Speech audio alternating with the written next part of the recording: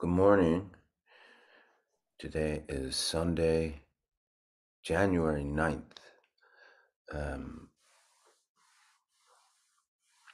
We're going to do, like similar to last week, a really breakdown review um, of meditation for the most part today, because that's the real foundation of what we're doing. Because it's early in the year, and I know we have some beginners, newcomers. I think that's important, and it's good for me, definitely as well. And I'm sure people who have been doing this for a while in this class. Let's well, I'll even explain it since some people are new.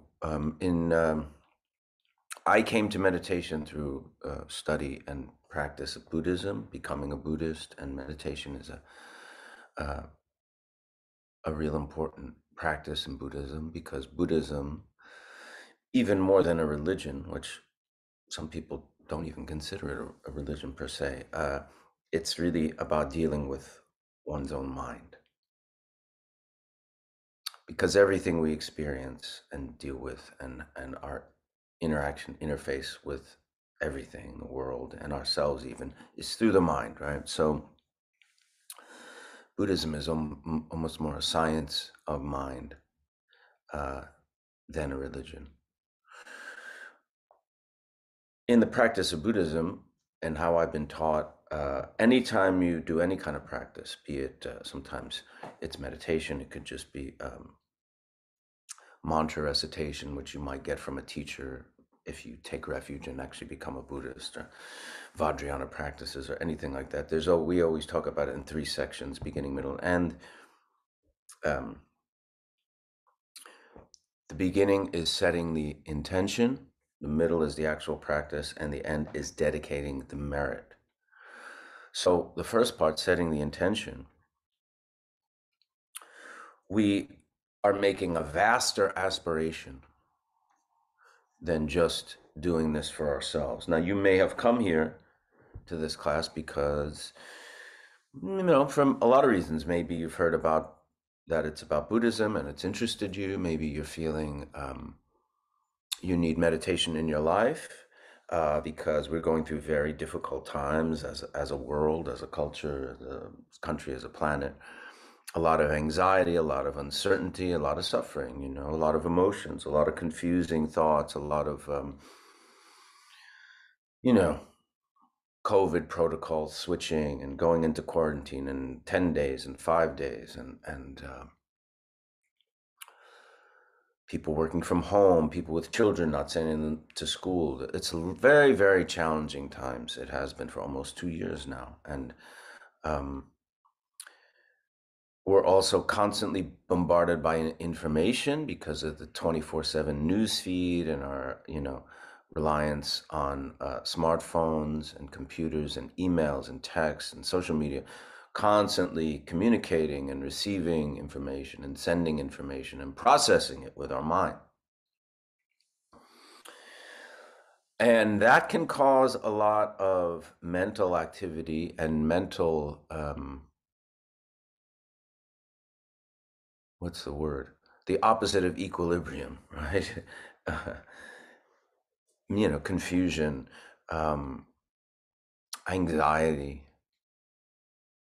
So many of you here for that reason, which is great. And this is a good place to be for that, the study of Buddhism and meditation.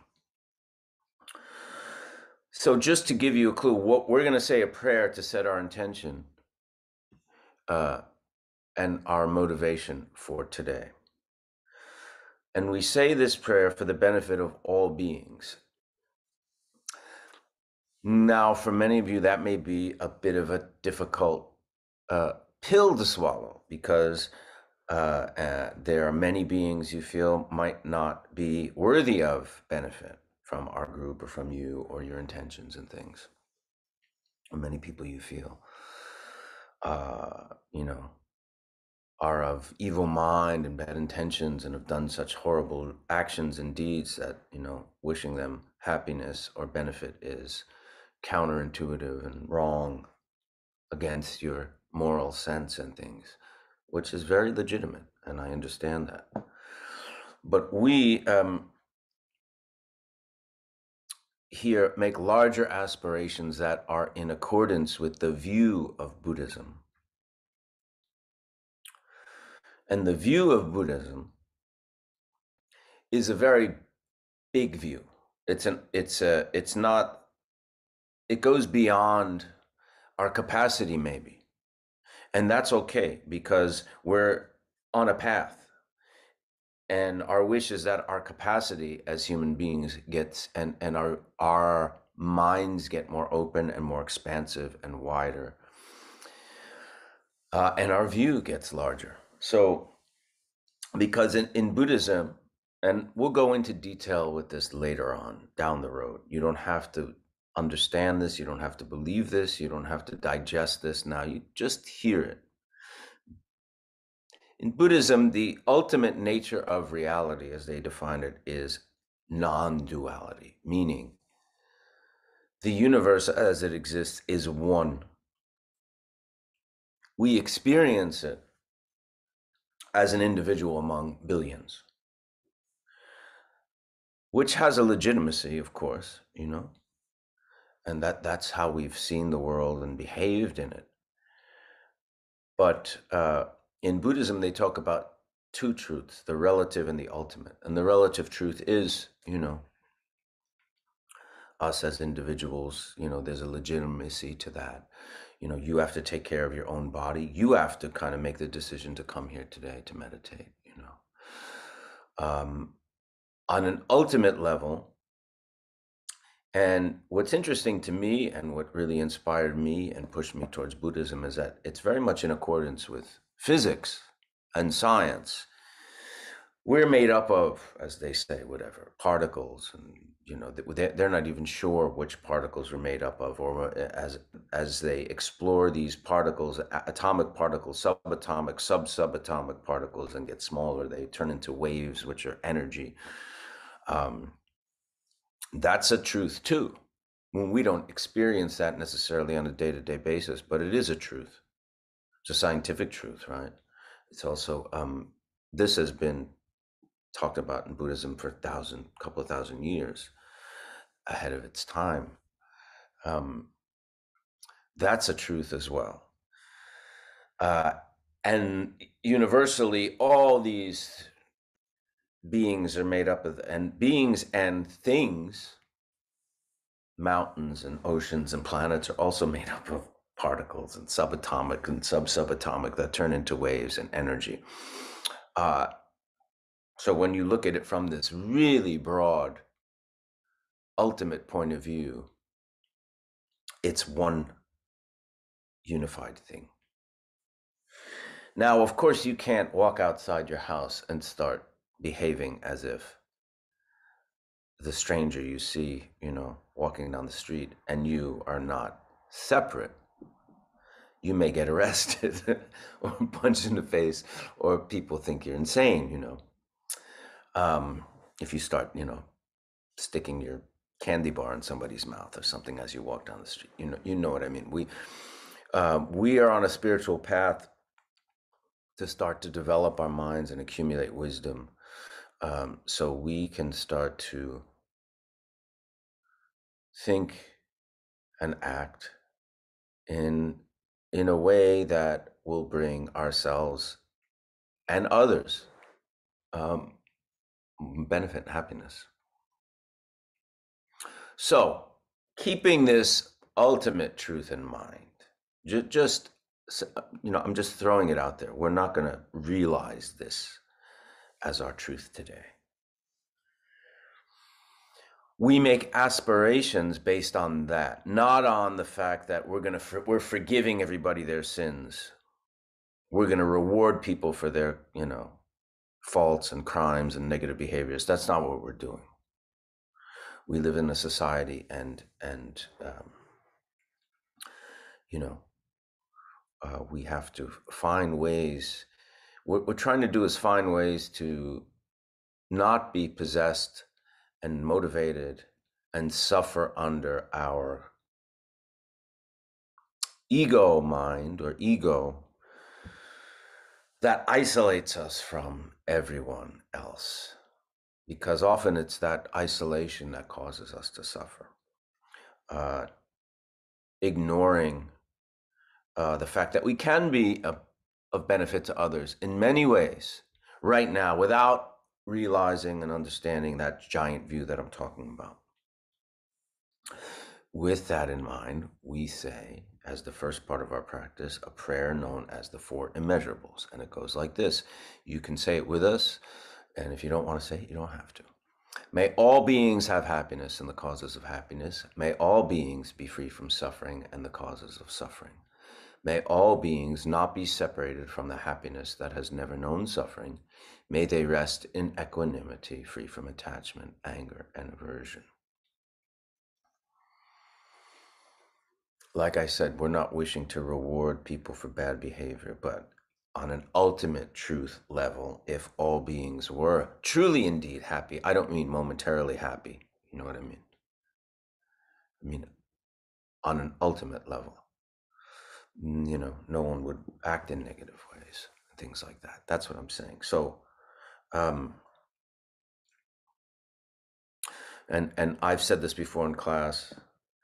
Those of you who have done any kind of recovery work with addiction 12-step work have heard this before. Fake it till you make it, you know, which means you can understand the essence of it in a subtle way and not fully believe it necessarily, still resist it a little bit, and yet still, you know, try it and say it and understand some of it.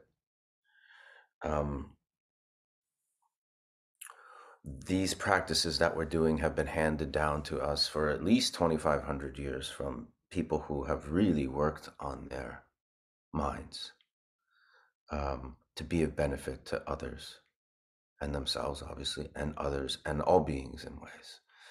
And I have trust in that and faith in that. I have a lot of trust in this path. It has grown since 2007.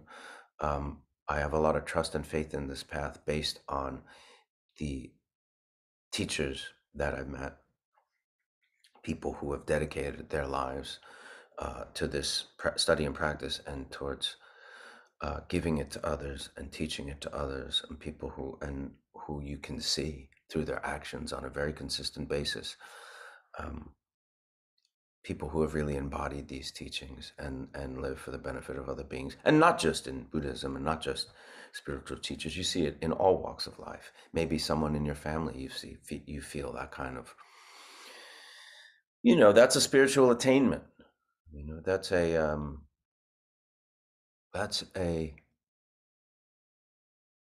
someone who's developed themselves and their mind and their thinking to a way that really their own grasping at things has really been quelled, you know, conquered, maybe even. Someone who really comes from a place of love, sincere love, you know, not love that's angling for something or a quid pro quo thing, but something really true. Nick, can we put that prayer up one more time? This is called the Four Immeasurables. So when you say, may all beings have happiness and the causes of happiness, I'm not just saying have happiness, saying the causes of happiness, because in Buddhism we talk about causes and conditions. Causes and conditions that lead you to what your life is right now. On a very practical level, you know, I am in Los Angeles. I have to work tomorrow because causes and conditions preceding today have led me to be here today, right? May all beings be free from suffering and the causes of suffering. We suffer because of causes, often causes that are of our own, you know, results of our own choices and actions. Other causes that are on a karmic level, that could be from prior lifetimes, which karma and reincarnation, things like that, we're not going to get into today. Just think of karma as cause and effect, right? Not some cosmic reward and punishment system.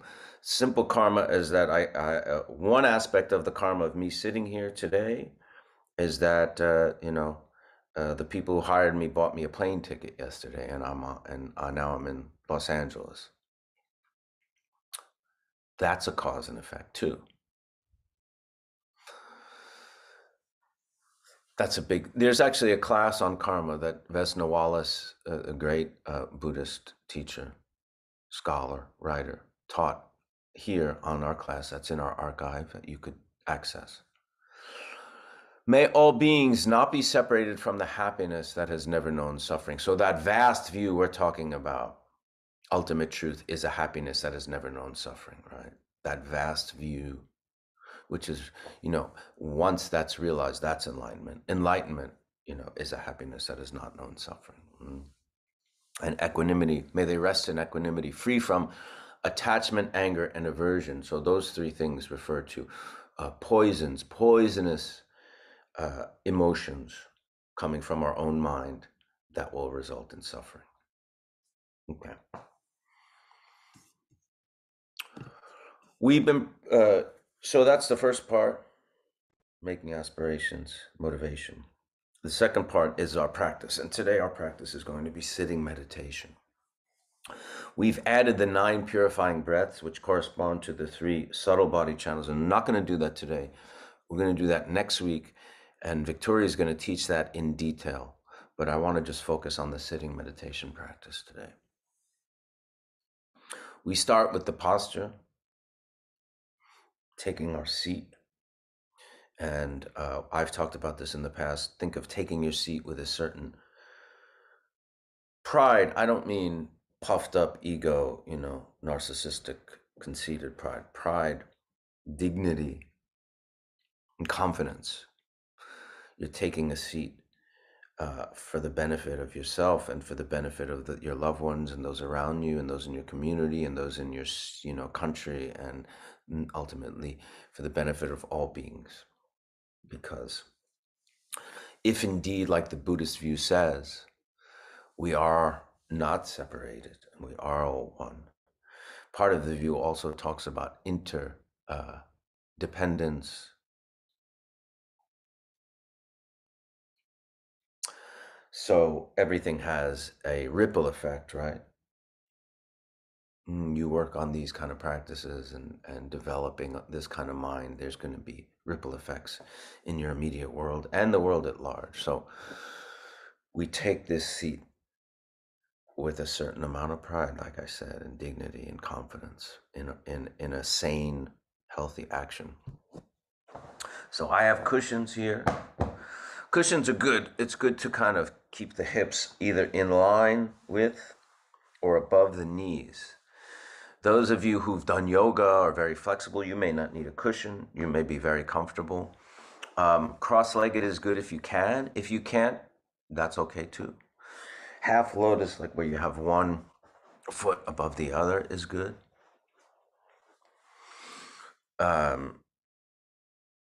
Be comfortable. Don't be in an uncomfortable position. If you can't sit on the floor and you need a chair, that's okay too.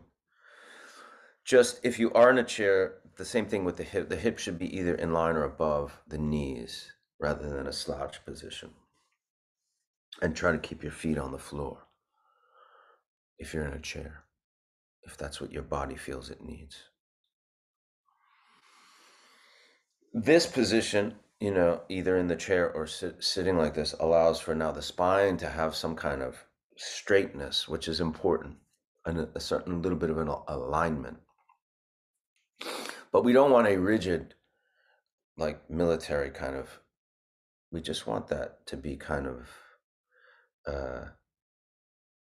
how do you say, loosely erect and straight.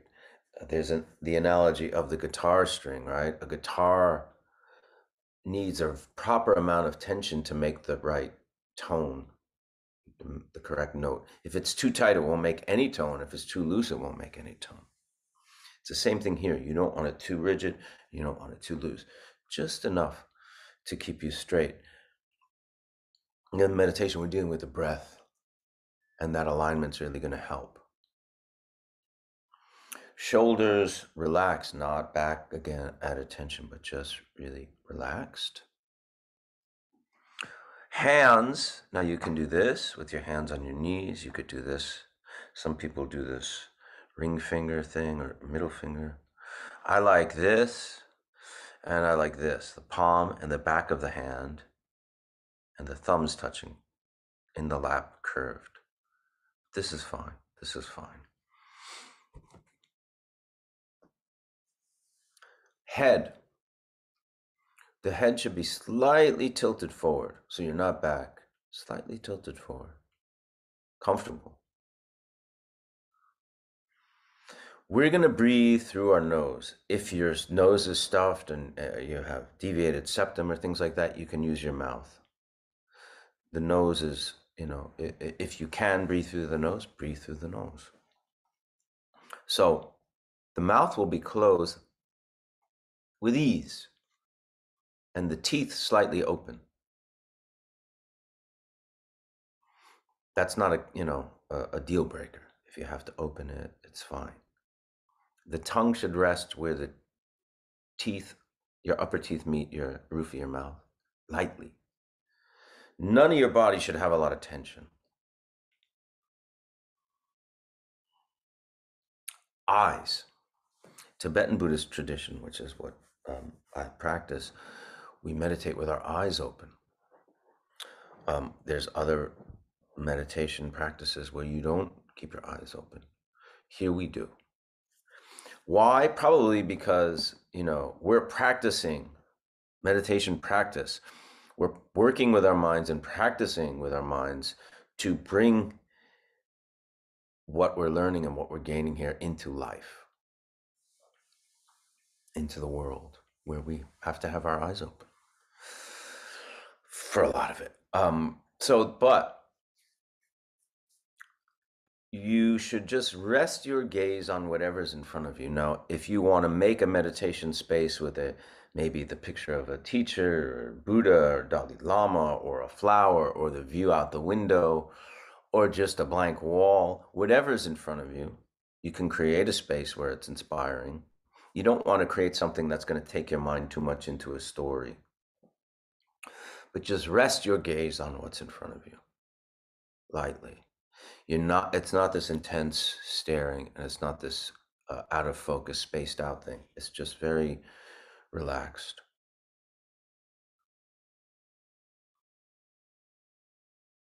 Now, once we are in this posture, relax into it. So now you're in the posture. Take one deep breath and just relax into this. And you don't have to remain, starkly still. If you feel uncomfortable, if you want to shift your posture, if you're feeling tension, you can do it and then settle back into the posture.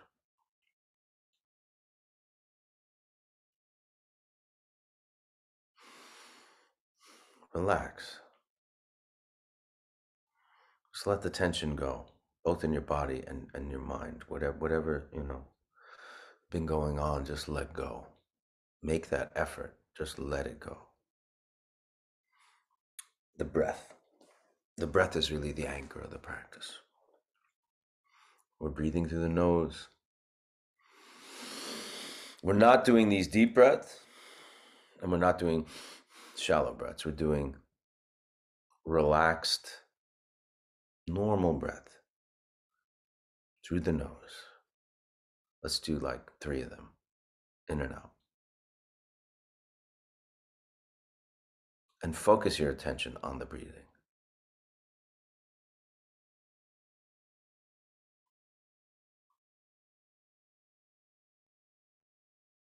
Focus your attention on the place where the breath is moving in and out, which is right here between the nostrils and the upper lip. Focus your mind there for 3 more.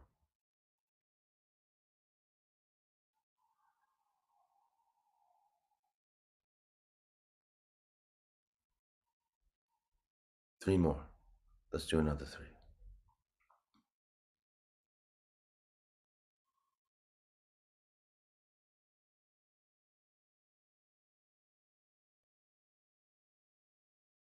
And one more section, one more group of 3 breaths again.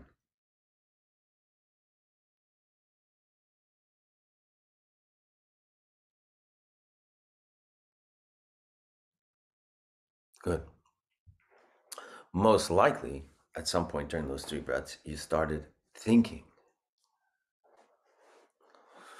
And you may have thought about a very wide variety of things. I mean, there's, a bunch of us here meditating together, and all of us probably thought about many, some thoughts of some mundane thoughts of like, oh, I got to go to the supermarket when I'm done. Some thoughts of anxiety and fear and maybe painful thoughts of something difficult you're going through right now. Maybe some happy thoughts, excited, anticipatory type of thoughts. Like I'm doing something really amazing today. I'm going on a date with someone fabulous. I'm going skydiving, whatever it is.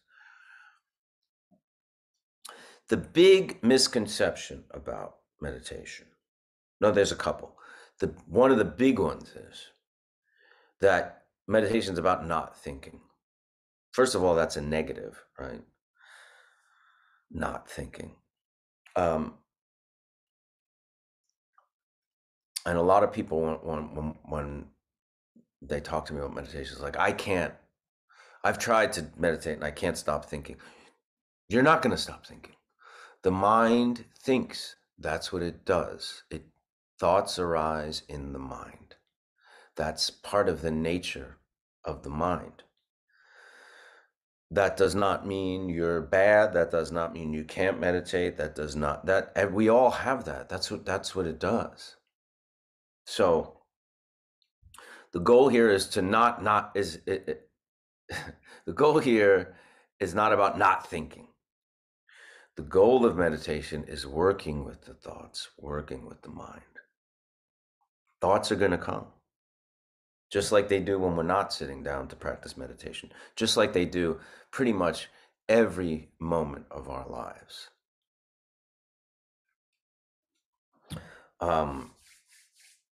So let's get that out of the way. The other misconception is that I hear this all the time from everyone.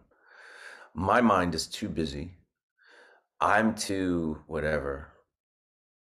My attention is not good. My mind is way too busy. I'm too intense. I'm too agitated to ever meditate. I've heard that from so many people. I've said that myself, about myself. Everybody's mind is busy. Before you start to practice and start to have some discipline, you'll see how busy the mind is. No one's mind is busier than anyone else's. None of us are that unique. Especially like in my field, meeting artists who really think they're very unique people, myself included. We all think we're very special and artistic, and our minds are very unique. My mind is I have so much thoughts and things like that, I can never meditate. Everybody's the same that way. We'll have different thoughts. Everybody's mind is busy. The nature of mind can be busy when it's untamed and when it's when it just runs rampant. So none of us are more unique than any others when it comes to that. So let's get that out of the way. So what does that mean? That anybody here who's, listening right now or watching right now is equally capable of meditation, all of us. How do we work with the mind? Well, that's really why we're here. That is the core of this whole practice. So we sat in our posture. We started focusing on our breath. And at some point we started thinking. Now what? Very good question. The linchpin of this practice, the real key to this practice is, and it's very, very simple, hard to master or, hard to really, consistently engage in. But this is what we're going to do here, is to become aware of the fact we're thinking.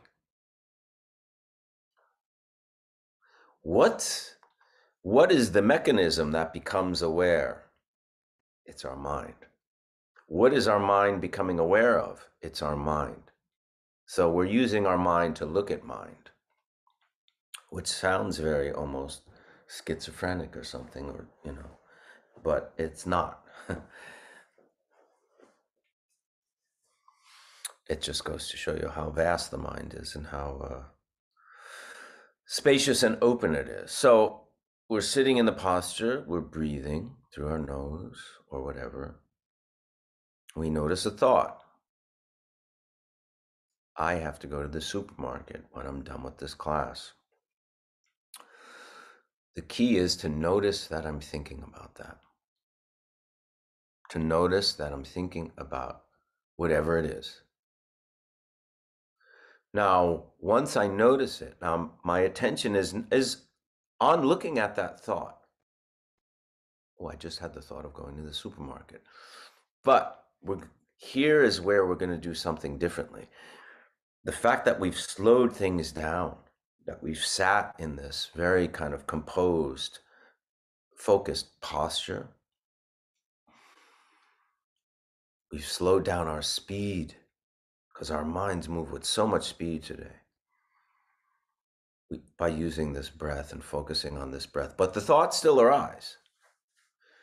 Now we can see this thought rather than just being one with the thought, which is usually what we do. Usually we're like the thought and our behavior, our mind, it's one thing that's kind of reacting, interacting, taking action from the thought. Now there's this little thing of separation that's happened where I'm looking at the fact that I'm thinking. This is very different. This is very different than our normal mental state.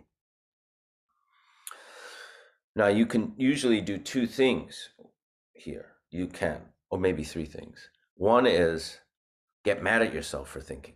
I'm supposed to be meditating. Meditation is about not thinking. This is bad.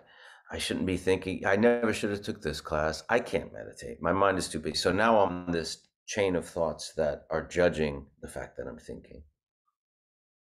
And I'm complicating the issue. Or what you can do is follow the train of thought, or chain, which is normally what we've done throughout our lives. It's our normal default, which is the thought comes up, I got to go to the supermarket after this class. How am I going to get to the supermarket? I'm going to walk, but it might be raining, so I'm going to have to take an umbrella. Should I call an Uber to get to the supermarket? Am I going to need a ride back? Are they going to have that kind of cheese that now I'm gone from, I got to go to the supermarket 10 to cheese. This unbroken chain of thought. What we want to do here is neither reject the fact that we're thinking and get mad at the fact that we're thinking and down on ourselves, and neither follow that story that starts to develop. All we're going to do is notice the fact that we're thinking and use that awareness, use that noticing of the fact that we're thinking to bring us back to the breath. Focusing on the breath, focusing on that place between the nose and the mouth. Let's do another 3 breaths.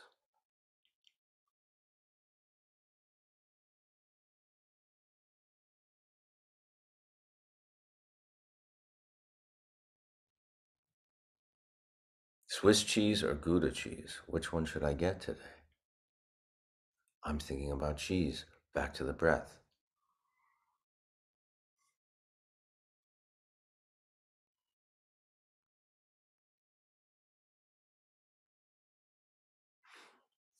That's a technique of meditation practice, what we just did. Back to the breath. We almost use that as like a chant or a mantra in this class. Back to the breath. When you start doing this practice, you may notice it may take you almost the entire, say we're going to meditate for 9 minutes. That entire 9 minutes you're lost in thought and you didn't realize it till the end. All of that's okay. This is a new practice. You know what I mean? Like anything, it takes time. It takes time to learn it. It takes time to progress in it. Like learning any kind of skill.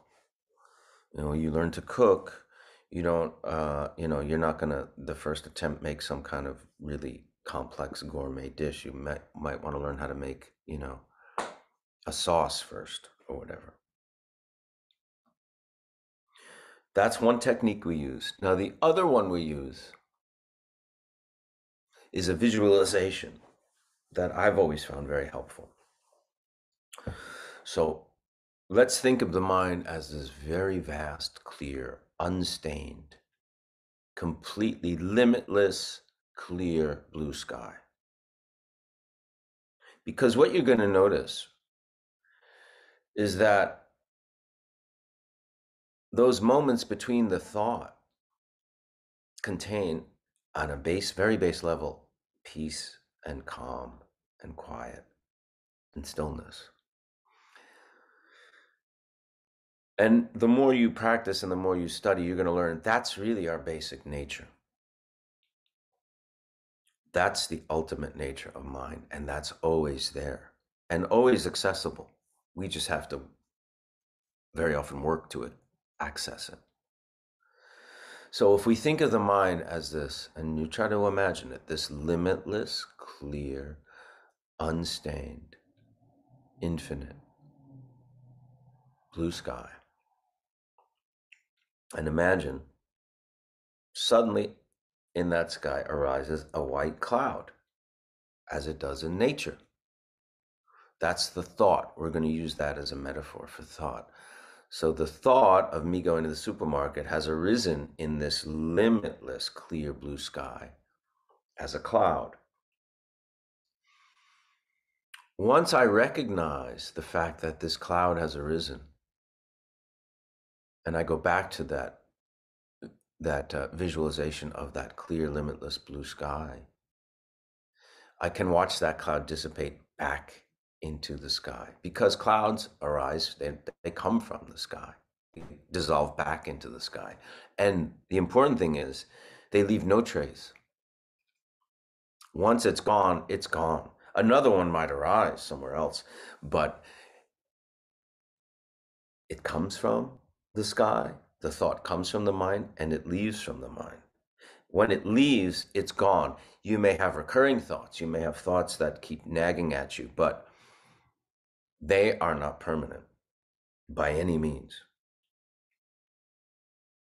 And the other thing to remember is they don't damage, they don't alter, they don't stain, they don't hurt that limitless blue clarity, which is always there. That's a big lesson to learn. I'm not saying that, some recurring anxiety that you have is going to go away just because you recognize it once and visualize it dissipating into the sky-like nature of mind. That's not what I'm saying. What I'm saying to you is that it's temporary, those states. They don't ultimately have any essence, and they can be worked with in a way where they lose a lot of that power over us. So this is a lot to digest, but basically what I've given you is what we've been practicing here, technique-wise. Let's do 9 minutes of meditation. And I will talk through some of this. Now, a lot of you have been doing this for, a year and a half with us, and have done it, before we've done this class. And many of you probably have done this longer than I have. But it's often very good to go back to basics, Listen, some of the great musicians that I know, I watch them warm up, and they do very basic scales when they warm up, yet they can play the most complex symphonies. It's good to focus on fundamentals sometimes, from time to time, sometimes often. Okay, so those of you who know this technique and have done this before, you don't have to necessarily follow me. If you want to, you can. Those who are new, you may feel you need to. We're in our posture. We're going to start 9 minutes of meditation by focusing on our breath, and our attention is going to go on that place between the nose and the upper lip.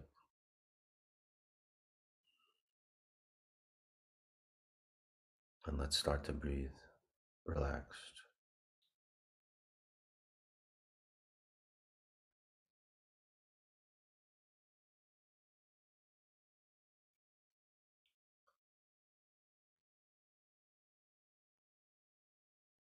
If you find yourself thinking, go back to the breath. You will find yourself thinking.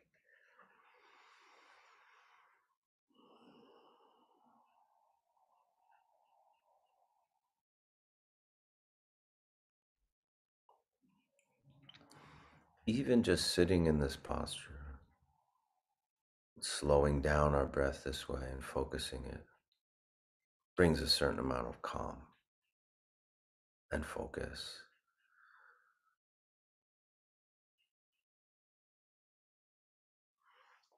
So rest in that a little bit. Even if your mind is running rampant with thoughts, rest in this posture. Rest in this moment of slowing things down.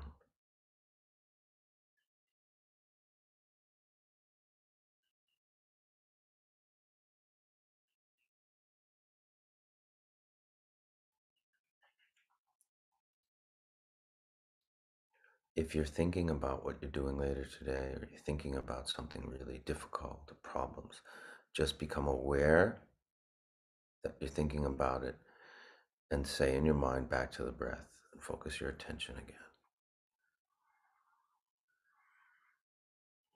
Sometimes you might feel you need a deeper breath to get like a dose of oxygen, and that's cool.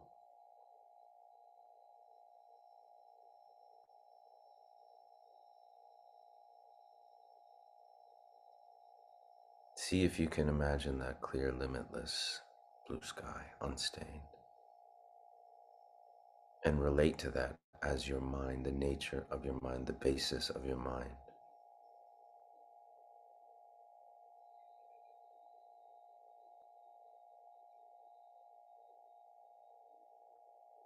Something just went on, some electrical thing here, and I'm thinking about it. Now I'm going to imagine that thing as like a cloud in the sky, and I'm going to just watch it dissipate back into the sky from where it came. Even though I'm hearing that thing, the thought about it, that it's disturbing me, what it is, what it shouldn't be there, that can dissipate if I become aware of the fact that I'm thinking. And I can connect again to the calm clarity of that clear blue sky. And even in addition to the calm and clarity, there's an awareness that's part of that nature of mind, an awakeness, if you will. It's not a dead, comatose thing. It's an awakeness and an awareness without story of our life, story of our day, story of our hour, And by story, I mean, things that are going on in our lives, things that are causing us anxiety, difficulties and problems. I'm not saying that you're going to ignore them and not deal with them, but you're working with the mind that you're not just possessed by these and frozen, where the mind is frozen in anxiety. Back to the breath, back to the breath, focus on the breath. That thought just dissipates back into that limitless clarity.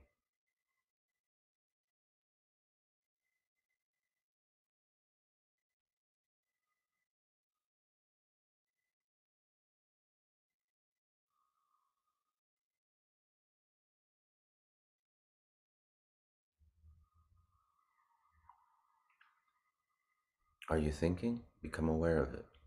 Just become aware of what you're thinking about. Go and say to yourself, back to the breath.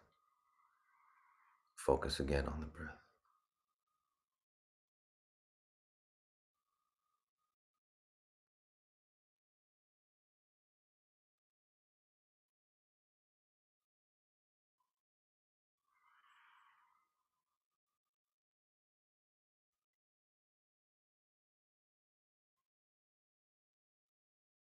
I can smell, I took a garbage bag out and it has some kind of plastic smell and I smell it. It's disturbing me. I'm going to see that thought of the disturbance as a cloud. It just disappears into the sky-like nature of mind, into that calm and clarity, then settle back in.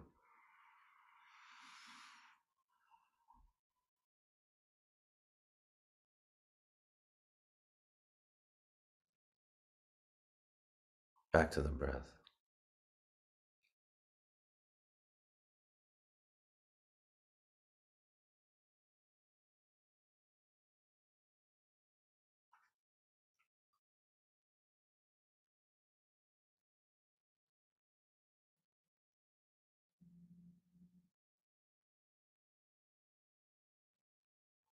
I'm thinking about if there's going to be questions in the class. Back to the breath.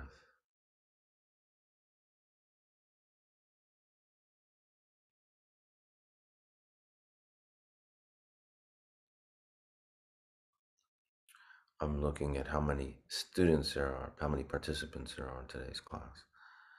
I'm going to see that as a cloud that's arisen in the sky and watch it just disappear. And watch that sky become completely blue and clear and unstained again. And have faith and confidence that that is my mind.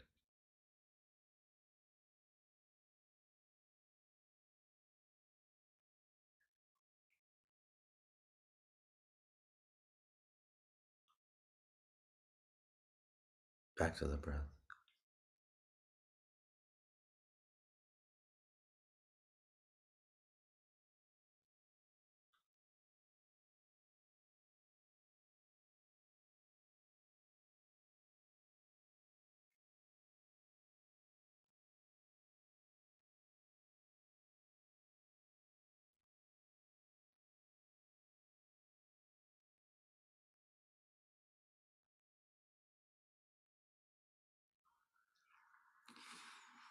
I was just thinking about impermanence and how I need to speak about that as part of the view of Buddhism. But I'm going to let that go and go back to the breath. Although the cloud, the thought, is definitely impermanent.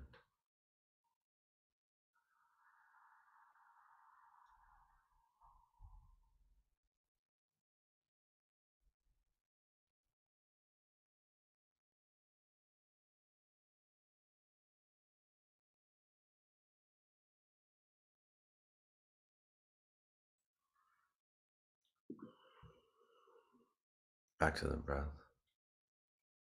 Focus on the place where it moves in and out. And these things I'm saying to you, as you practice more, you'll start saying them to yourself. I'm just guiding you. People who are new, those of you who've done this, say these things to yourself a lot. See that sky, see that thought, which is you're thinking of as a cloud, dissipate back, and then resting in that once again clear, unstained, untainted, limitless clarity, calm.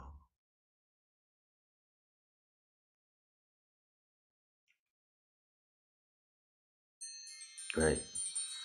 And going back to impermanence, impermanence is another aspect of the view of Buddhism. Everything is impermanent, ourselves, our thoughts,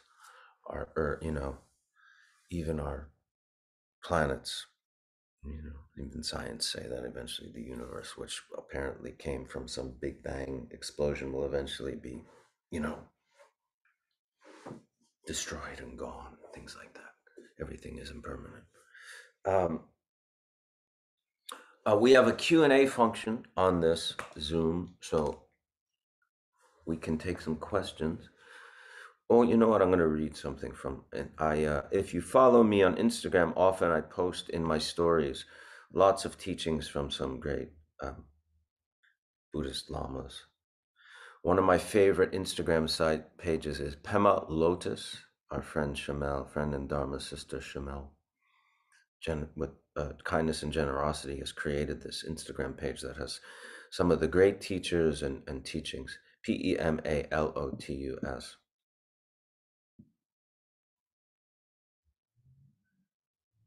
I like this one.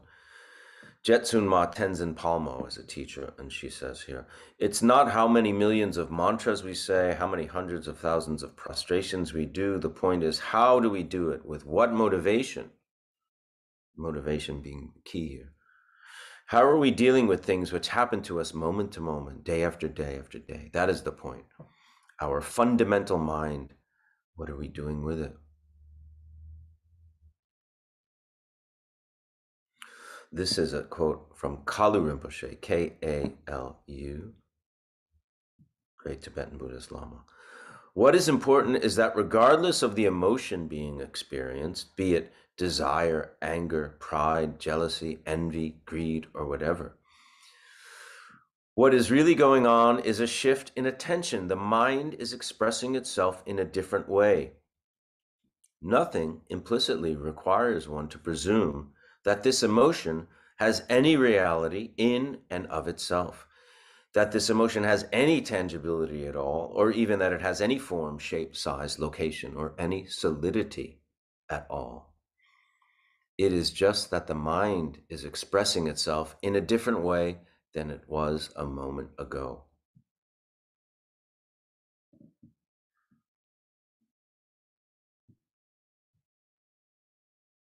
That's a good one, isn't it?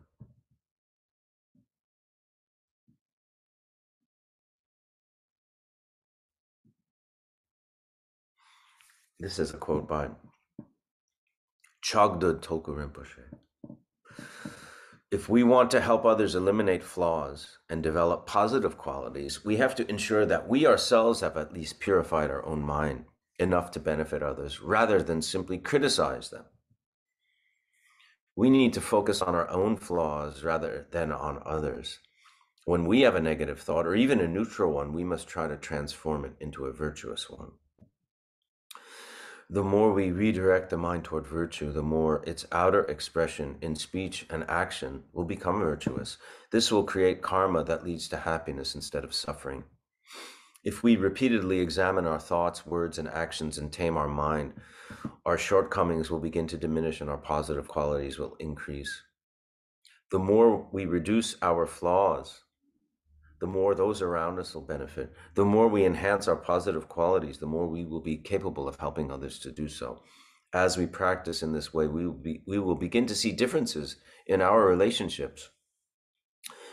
We may find ourselves becoming more patient, loving, and kind, less likely to get into arguments, more inclined to find peaceful resolution to conflict. Close relationships, like family, often provide the greatest test of patience. Our interactions with larger groups at work or in our neighborhood will also show us how well our practice is working.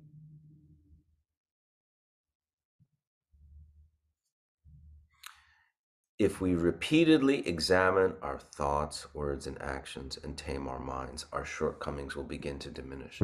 That's what we're doing here. We're examining. We're examining how our thought process works, and that's really the practice.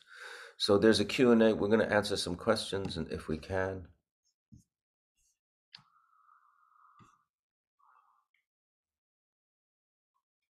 I've been doing this class for a while now, and Buddhism speaks to me more than anything else I follow. That being said, sometimes I still feel I'm turning back on God, my back on God, but I rationalize saying, well, if he does really exist, we are living the way he would want anyway, with kindness and compassion for all beings. Is this train of thought normal in the beginning? Well, I mean, your train of thought is going to depend on your history and what you've learned. I mean, first of all, let's examine what you said here, right? If he does really exist, first of all, just applying a gender to God. I mean, Buddhism is a non-theistic religion in a way, right? One teacher put it this way. Buddhists don't believe in the concept of God, but they do believe in the nature of God. So when we talk about that ultimate reality, that kind of unified oneness, that's very similar to talking about God in a lot of ways, not as a although whatever that oneness did was, created itself and created everything, created us, and we're part of that. Um, that's similar to the nature, right? We're not talking about some conscious mind that's doing these things. So you're saying if he does really exist, well, first of all, applying a gender to something of that kind of ultimate magnitude. Think of that. And you're kind of what's that word? Anthropomorphizing. I'm not saying it right. It's something like that. Basically, attributing human qualities to something that's not human. Because if there is a God, right, it's certainly not a human being. So, you don't have to turn your back on the concept of God. You know what I mean? You can work with it in Buddhist terms by thinking of, that ultimate truth is very similar in a lot of ways to how many of us have perceived God in a sense, right? And acting with kindness and compassion and cultivating those things. Think of all great spiritual leaders, great spiritual minds, and even the people in your life that you've met who you felt really were loving, kind individuals, not just to you because they were your grandma or something like that, but just kind of they had realized and embodied a certain amount of love and compassion and kindness. There's a spirituality to that, you know what I mean? And then you think about the great spiritual leaders who, they come from a place of kind, you don't think of any great spiritual being as someone who's petty, who's angry, who's nasty, and you know what I mean? They're coming from a place of kindness and compassion. So I don't think these things, George, are in opposition or conflict. One thing that happens to me while meditating is I become so focused on the meditation that my body starts to tense. Does this happen to you? Yeah, like I said, feel free to adjust places you're feeling tension. If your jaw is tensing, just loosen it. If your shoulders feel tense, just loosen it. Be a little more specific though. You say while meditating, I become so focused on the meditation. Get more specific. What are you focused on? Are you focusing on the breath? Where is your attention being focused? On the fact that your thoughts are rising? Get more specific about that. But yeah, if you feel tension in your shoulders, you can even do this. You can shift a little bit. You don't have to be locked in complete stillness. And that, everybody's body is different. And you work with it that way, and you'll see, it'll become easier over time. If you're new to this, those of you who are, give yourself some time. This is not going to be, become really easy and comfortable very quick. You know what I mean? Like when you start to work out, you're sore for a while. That doesn't mean you're doing it wrong or that it shouldn't happen. That's just because of the newness of it and your body getting used to using your muscles this way. Can you explain equanimity? Well, I'm going to just look it up as a word in the dictionary, as I'm sure mental calmness, composure, and evenness of temper, especially in a difficult situation. Um, in Buddhism, it's considered neither a thought nor emotion. It is the steady, conscious realization of reality's transience, the ground of wisdom and freedom.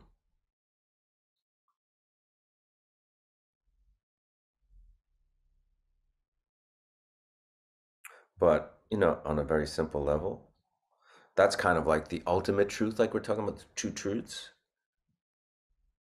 Ground for wisdom and freedom, the protector of compassion and love, and on a very, the relative truth,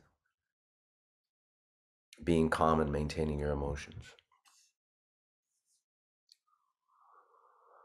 Starting point to learn more about meditation and Buddhism. The Dalai Lama, The Art of Happiness, is a good book. Thubten Chodron writes a lot of really good books on beginning Buddhism. Tubtenchodron, as does Lama Yeshe. What class in the Yeshe, Yeshe, what class in the archives has the Karma teachings? Look for Vesna Wallace. She did 2 classes. I think she did one on karma and one on emptiness. Michael, how do you train your mind to truly focus and avoid negative thinking? Meditation. And again, we're not talking, avoid negative thinking is like a negative. We're not trying to not think. We're working with our negative. You're going to have negative thoughts. You're going to have thoughts of anger and jealousy and grasping and greed. That's human nature. Those are things that have developed through our human nature and through our karma. We're working with those negative emotions by starting to become aware, first of all, the fact that we have them and maybe why we have them. So it's not so much about avoiding it as it is working with it. How do you deal with the discipline of trying to meditate every day? That's a good question. I wanted to bring that up. Thank you for mentioning that. So for those of you who are new, you may wonder, how long should I meditate? How often should I meditate? Where should I meditate? The best thing to do is, like they say, when you want to lose weight, right, and get healthy, crash diets often are not very good. You might lose weight for the first month, but it's not something that you're going to develop into like a habit. This is not going to become the way you eat for the rest of your life. So as you start to go back to your normal way of eating, you gain weight again.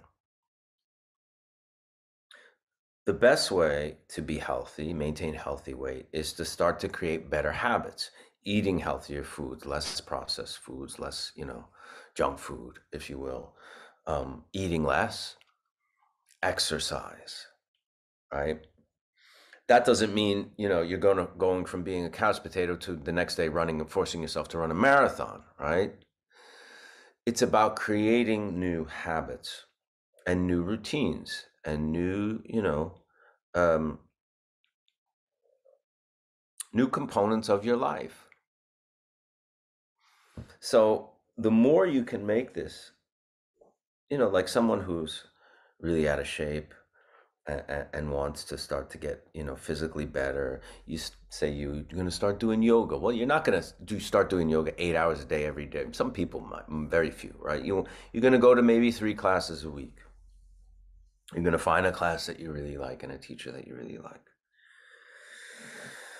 And then some people really get into it and they're going to go every day, or the days they don't go to class, they're going to do some yoga at home because they've realized the benefit of it. So meditation, the best way to start is to start in very short sessions, 10 minutes, 5 minutes, 2 minutes. Those of you who've never done it before, do it for 2 minutes a day for a week and then go to 5 minutes. See, I mean, certainly everybody could find 2 minutes to do something. The important thing is to start making it part of your a good time to do it is in the morning, just because our minds, it's before the kind of the news of the day and the events of the day and the momentum of the day starts taking our mind and, into distraction and things. Often there's more quiet in the morning, but it doesn't have to be the morning. It's often good to meditate before bed because it can calm us down and easy for us to go to sleep and rest. But it doesn't have to be before bed. Every day is great. Sure, there's going to be some days maybe you're not going to be able to get to meditation. You're traveling. You have to work. You have to wake up at 4 a.m. and go to work, or you're too busy. Don't beat yourself up for that. The important thing is to start to make it part of your daily life. You know what I mean? Like any of you who've started to exercise. Throughout my 20s, I barely ever exercised. And then, in my 30s, I started to do it, and the benefits were so good that it's become, a part of my life on a very regular basis. And even with that, there's a day, like sometimes Sundays, we won't go to the gym or something. We won't exercise. Or, I'm too busy this day, or we have to wake up early and just go right to work. And that's, if you start to do this on a regular basis, you're going to do it more and more. It's just going to happen. Start with small sessions. Try to do it as much as you try to do it every day. And if you can't, don't worry about it. If you can't do it every day, what often helps is to set a corner of the room. If you have the space, the cushion, you do it in the same space every day. Something inspiring you. You make it like you want to sit there. You want to maybe light a candle or stick of incense and have an inspiring image there. Make a little shrine. That's my portable shrine. I spoke about this last time. When I travel, I always try to make a little shrine. I'm in a hotel room. I like that. It grounds me. So when I meditate, I'll sit in front of the shrine there. We have one at home, but I like that. I like having it in the room. It reminds me of practice. So you can, if you can't, you can't set aside a permanent space. You can create a temporary one. That's it. That's a discipline. I mean, ultimately, at the end of the day, you have to find the discipline to do it. Like anything of value that you want to learn and practice, it takes discipline, commitment. Do you use your mantra back to the breath in everyday life? You can. I use different things, but yeah, you can, without a doubt. Back to the breath. That's a good one. You're on the subway. Back to and someone's blasting, their phone conversation or some video game they're playing, and it's really loud, and they're not being at all considerate to anyone else around them. Rather than getting caught up in how angry you are and how inconsiderate this person is and how you wish you could take their phone and smash it. Back to the breath. Maybe even take a few breaths. Not thinking about whether they're right or wrong, or they're bad or good, or should you say so, just seeing that clear sky again. And you may want to say something. I don't know. You may not.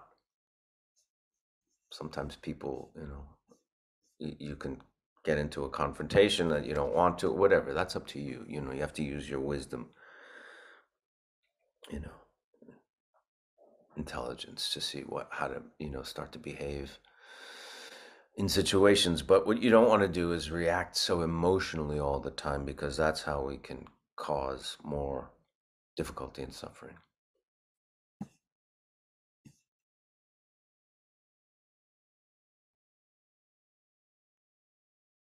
I don't know if the technique works for me. I just feel as if I'm in a bubble, protected for a while, and I feel so good, even if my mind still keeps thinking.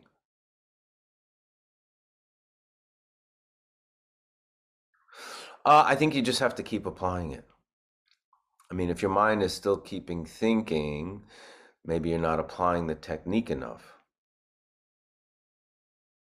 And if you feel good, that's good too. But the point is to really work with the mind, really start to see what the mind is doing. Become aware of the thought, let it go. I think it's something you just have to repeat over and over and over again. Becoming aware of the fact that you're thinking and letting it go. Like I said, it's almost like your mind's just, you see the thought and you just kind of leave it where it is. I didn't say that today, and that's important. You're not following the story further. Like I talk about the supermarket and I wound up on cheese. You're not doing that, nor are you saying, I shouldn't be thinking. I got to meditate. You're not doing that either. You're just noticing the fact that you're thinking and going back to the breath. Sometimes when I meditate, I feel ringing or shiver in my ears and head coming with the breaths.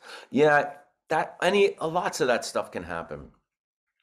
Some people shake when they meditate, Sometimes emotion can come up because of the stillness that you're working with and creating. All that stuff you should, you can kind of use the same way and approach the same way you approach as your thought. All that's, just leave it where it is, let it go back to the breath. Apply the technique to all these things that you become aware of. Because the awareness of the fact that you're shivering, you have ringing in your ears, is a thought. The ringing might not be, but the awareness of the fact that you're ringing is a thought. And you become aware of the fact that you're thinking about that and let it go the same way. I often have a song running through my mind as an additional layer of thought. Shall I acknowledge that as well? Yes, you should acknowledge that as thought and apply technique to it as well. And that may come back like a thought. You may have the same thought that's coming throughout the meditation session. Apply the technique. The first time I practiced with my eyes open, I felt my eyelids getting heavier and wanting to close. Do you advise them to let them close or try to focus and keep them open and subtly alert? There's two things you could do. If you find yourself kind of getting almost sleepy, you can raise the angle of your gaze. And that might kind of almost just give you a little more of a wake-up thing. Conversely, if you find yourself really, really agitated mentally, you can lower the angle of your gaze.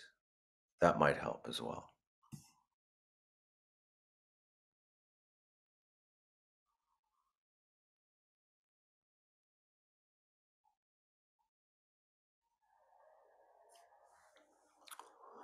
Last night I had to ask some neighbors to turn down the music.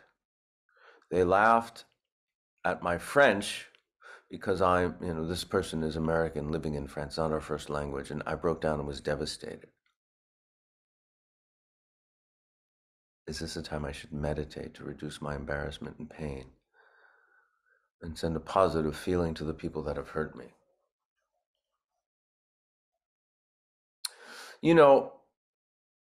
The fact that you're becoming aware that there's another way to approach these feelings is a sign of practice. I mean, they're laughing at you because of their own, obviously, ignorance and limitations and, whatever. Feeling of, false feelings of superiority or pettiness or smallness or anything like that. I've mentioned the word wisdom several times in this class. We have to find the balance between how to act in the world. Being a Buddhist does not mean being a doormat. I've said that 100 times in this class. Sometimes it's very important to create boundaries and speak up and say things to make other people aware, because you've been put in a position where you may have to almost teach someone that there's consequences to actions and things like that. And you have to protect yourself too. We're not, being a Buddhist is not being a masochist. But what you could do is just know that their negative treatment of you is a result of their ignorance, their unhappiness, the fact that, anyone who ultimately is going to mistreat others is coming from a place of unhappiness, real unhappiness. I'm not talking, they may be content because they have money and can pay their bills and have a nice car or something like that. But we're talking about true happiness and contentment, which, basically has to come from some kind of loving quality of the mind. You can have compassion for them, You can say like the four immeasurable prayers like we do at the beginning of class.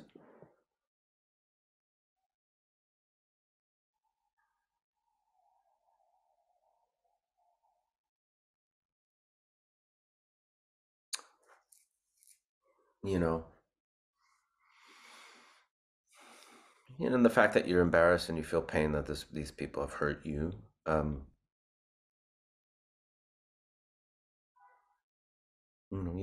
You can know that that's also temporary, that's impermanent, those feelings. It's not really based on any kind of reality. I mean, it's like, speaking another foreign language is hard, but I think you know that. But the fact that you are looking at it in this perspective is really good. a sign. I know you've been here. This is Aaron. You've been with us for a while. The fact that you're thinking about things in this way is a sign that you're practicing. One of the hardest things is posture. I find a lot of pain in my lower back. It could be maybe you need to maybe you need to sit a little higher in the cushion. Maybe you're being too stiff, and maybe you should try a chair if none of those two things work. How important is it to remain in the same posture? I found myself focusing too much on my legs cramping or feet falling asleep. Like I said, when you start to feel pain, you may need to adjust. You may need to, like if I'm sitting like this with this foot, maybe I need to change it and do this, or maybe I just need to loosen it a bit. You can even stretch your feet out at one point and go back. It's not about this. Ultimately, we're working with our mind, you know what I mean? So, you want to have this kind of quiet in the body, but it's you don't have to be locked into this posture. Sometimes if you're doing like retreat, you're sitting for a long time, you have to stretch out, you know what I mean? And like I said, if those of you who are new to this, it's going to take a while for your body to start to, it's just like working out. Or if you just start running and you haven't been running in 10 years, your legs are going to hurt. So yeah, move around a little bit and again, adjust the posture, feel a little more comfortable.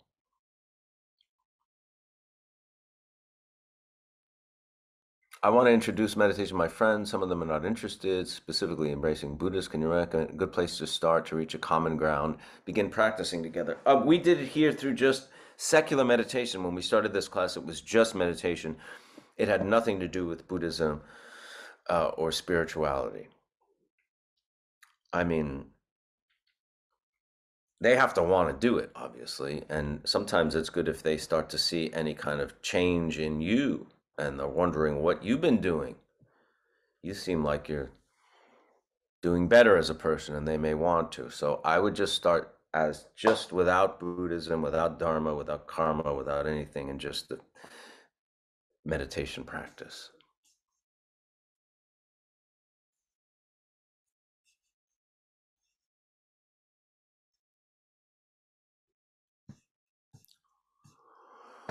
Okay, we're gonna have to close today. Let me see. Is it okay to meditate with your eyes closed? Yeah, it is. The thing is, it can create a tendency to fall asleep, and B, like I said, we're practicing for life. We're not, you know, eventually we want to bring this way of working with our mind into our daily life, which we're not going to have our eyes closed. So it does help. But if, you can go back and forth if it's too hard.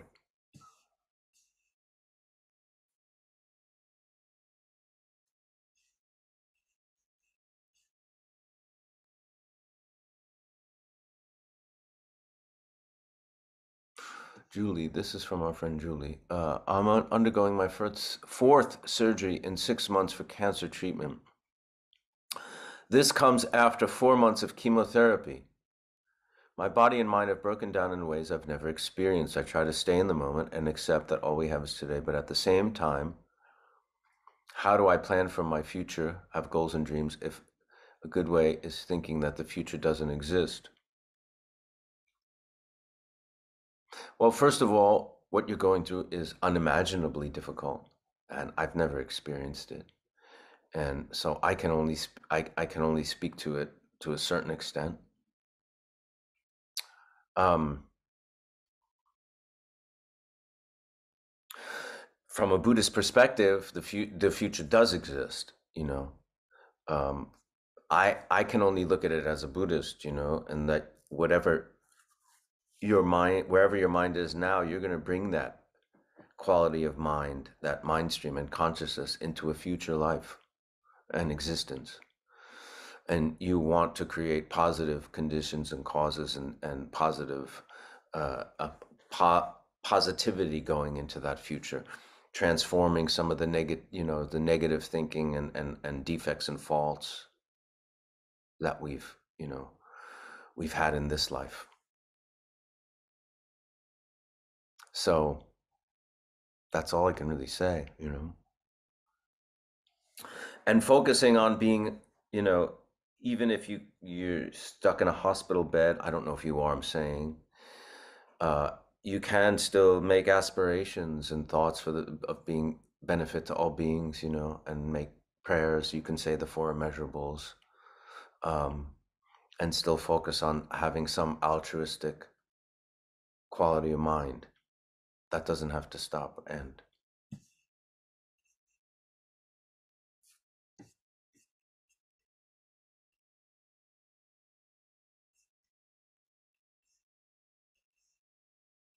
Okay.